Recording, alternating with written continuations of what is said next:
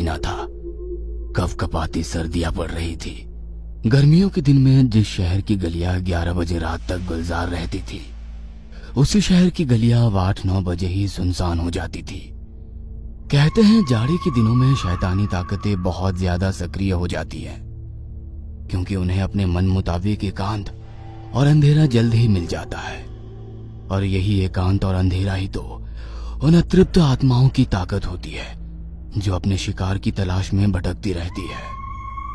सर्दियों की ऐसे ही एक सुनसान रात के सन्नाटे को दीपाली और राघवेंद्र के घर से आ रही संगीत की आवाज भंग कर रही थी। दीपाली और राघवेंद्र के इकलौते बेटे हर्ष का 10वां जन्मदिन बहुत ही धूमधाम से मनाया जा रहा था।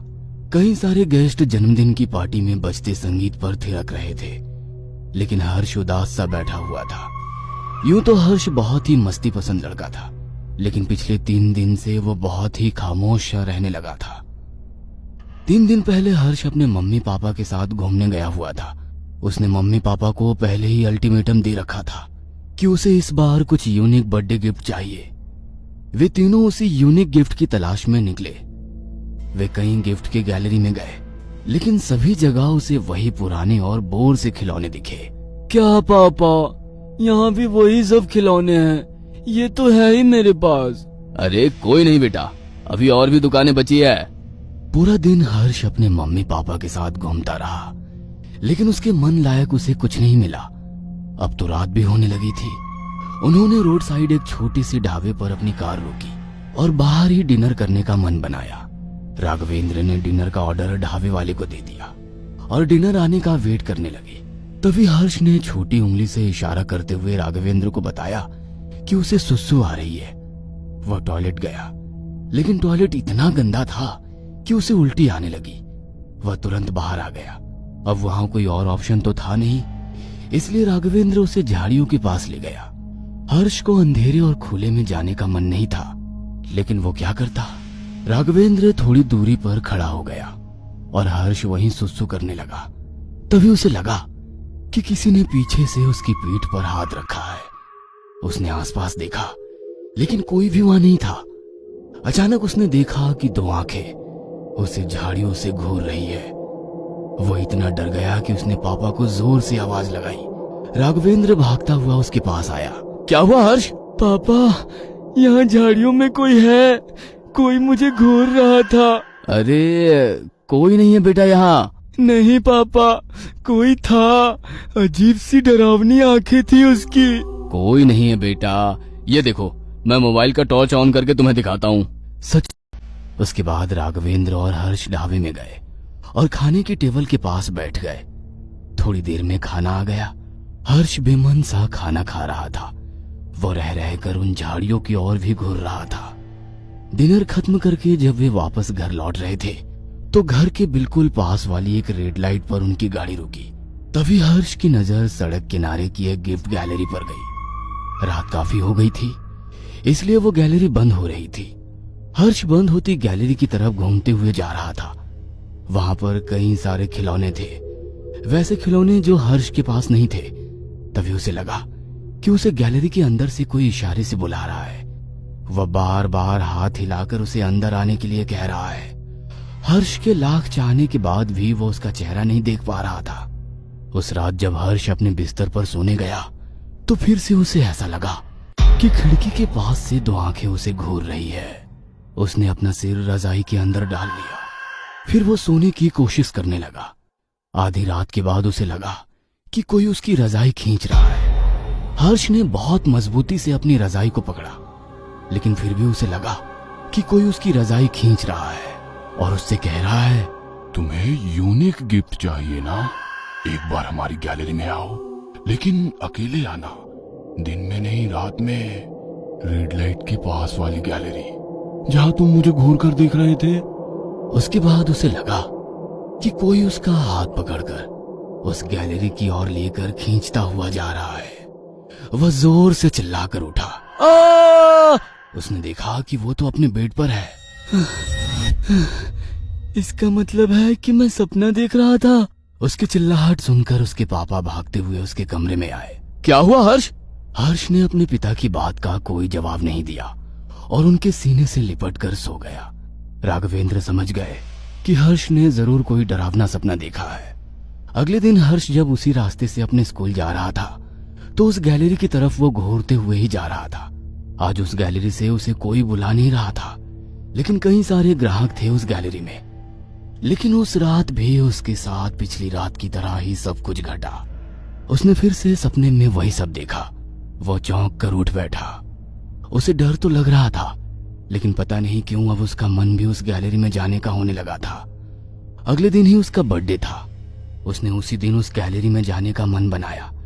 रात को जब पार्टी खत्म हो गई, सारे मेहमान अपने अपने घर चले गए और उसके मम्मी पापा सो गए, तो वो चुपके से अपने घर से निकलकर उस गैलरी की तरफ बढ़ने लगा। सुनसान रात में या तो सिर्फ उसे अपने पैरों की आवाज आ रही थी या दूर कुत्तों के भौंकने की। तभी एक कुत्ता दौड़ते हुए उसके पास आया और उस पर भौंकने लगा। डर के मारे उसकी हालत खराब हो गई। तभी उसने देखा कि एक चौकीदार उसकी तरफ ही आ रहा है। चौकीदार ने हर्ष के पास उस कुत्ते को भौंकते हुए देखा तो उसने अपने डंडे से डराकर उसे भगाया। उसके बाद वो हर्ष से कुछ पूछने ही वाला था कि हर्ष वहां से भाग गया। भागते भागते वो उसी गैलरी के पास आ पहुंचा। उसे आश्चर्य हुआ कि इतनी रात को भी वो गैलरी खुली हुई है। वह गैलरी के बाहर लगे शीशे से अंदर झांक ही रहा था कि अचानक से शीशे पर एक बड़ा सा डॉल उसे दिखा जो उसे ही घूर रहा था। उसकी आंखें लाल लाल थी। इन आंखों को हर्ष अच्छे से पहचानता था। ये वही आंखें थी जो पिछले कई दिनों से उसे घूर रही थी। तभी उस गैलरी का डॉल रहस्यमयी तरीके से मुस्कुराता हुआ अपने हाथ हिलाकर उसे गैलरी के अंदर बुलाता है। हर्ष को पता नहीं क्या हुआ, वो उसके पीछे पीछे चल पड़ा। जब वो अंदर जा रहा था तो उसके कानों में एक आवाज भी गूंज रही थी। तुम्हें यूनिक गिफ्ट चाहिए ना? आओ, अंदर आओ।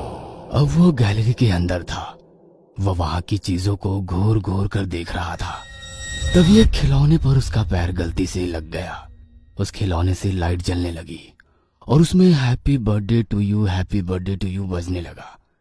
कुछ देर में हर्ष को ऐसा लगा कि गैलरी के सारे खिलौने उसे हैप्पी बर्थडे टू यू कहकर विश कर रहे हैं। वो आवाजें धीरे धीरे बढ़ती जा रही थी। उनका शोर उसे परेशान करने लगा। उसने अपने कान बंद कर लिए। कान बंद करते ही वो आवाज आनी बंद हो गई, लेकिन जैसे ही उसने अपने कान पर से अपना हाथ हटाया फिर से वो आवाजें आने लगी। उसे बहुत गुस्सा आता है। गुस्से में ही वो उस खिलौने को जोर से अपने पैरों से मारता है, जिसे लगकर हैप्पी बर्थडे टू यू की आवाजें आनी शुरू हुई थी। वो खिलौना दूर जा गिरता है। अब आवाजें आनी बंद हो जाती है।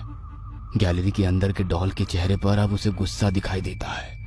हर्ष कुछ समझ पाता उससे पहले ही वो डॉल उसके ऊपर कूद पड़ता है। हर्ष को संभलने का भी मौका नहीं मिलता। वो नीचे गिर जाता है।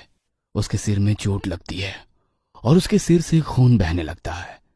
तभी वो देखता है कि उसके सामने पड़े एक बड़े बंदर वाले खिलौने की चाबी खुद ब खुद घूम रही है। पल में ही वो खिलौना ऑन हो जाता है और वो बंदर ढोलक बजाने लगता है। धीरे धीरे उसका भी शोर बढ़ने लगता है। वो कानों को बंद करने का सोच ही रहा होता है कि उसके पहले ही खिलौना रुक जाता है। वह चैन की सांस लेता है, लेकिन तभी गैलरी के ऊपर लगा बड़ा सा झूमर खोलकर नीचे गिरने लगता है। उसे ऐसा लगता है कि सारे खिलौने एक साथ हंसने लगे हैं। वो अपने आप को उस झूमर से बचाता है। वो झूमर नीचे गिरता है। उसके नीचे कई सारे खिलौने दब जाते हैं। उन खिलौनों से खून निकलने लगता है। अचानक हंसने की आवाज रोने में बदल जाती है। हर्ष अब पूरी तरह डर गया था। अब वो उस गैलरी से भाग जाना चाहता था। अचानक फिर से उसकी नजर ऊपर लगी झूमर पर जाती है। अरे ये झूमर ये तो अभी भी वैसा ही ऊपर टंगा हुआ था, तो फिर नीचे क्या गिरा था? वो नीचे देखता है तो उसके पांव से वही डॉल लिपटा हुआ होता है। उसके कानों में फिर से वही आवाज गूंजने लगती है। तुम्हें यूनिक गिफ्ट चाहिए ना? हाँ? हर्ष उसकी बात को अनसुनी कर वहां से भागने लगता है, लेकिन उस डॉल ने उसका पैर बहुत मजबूती से पकड़ा होता है। वह खुद को उसके चंगुल से लाख छुड़ाने की कोशिश करता है, लेकिन वो नहीं छुड़ा पाता। उसके बाद वो डॉल हर्ष की आंखों में घूर घूर कर देखने लगता है। हर्ष का शरीर अब ढीला पड़ता जा रहा था। अब वो उसके चंगुल से खुद को बचाने की कोशिश नहीं करता, बल्कि वो उसके आगे सरेंडर कर चुका होता है। अब सब कुछ शांत हो चुका था। कुछ देर के बाद उस गैलरी के शीशे के पास एक नया खिलौना वैसे ही खड़ा था जैसा कुछ देर पहले तक वो डॉल था।